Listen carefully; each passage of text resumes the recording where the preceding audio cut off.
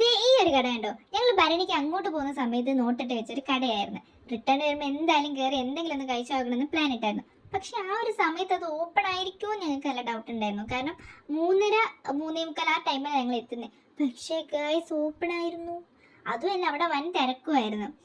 ഞങ്ങൾ അതിൽ നിന്ന് കുറച്ച് സാധനങ്ങൾ എടുത്തു, ഞങ്ങൾ കഴിച്ചു. കണ്ടോ എക്സ്പ്രഷനൊക്കെ ഇതാണ്, കാരണം ആർക്കും വലിയ ലൈക്ക് ആയിട്ടില്ല.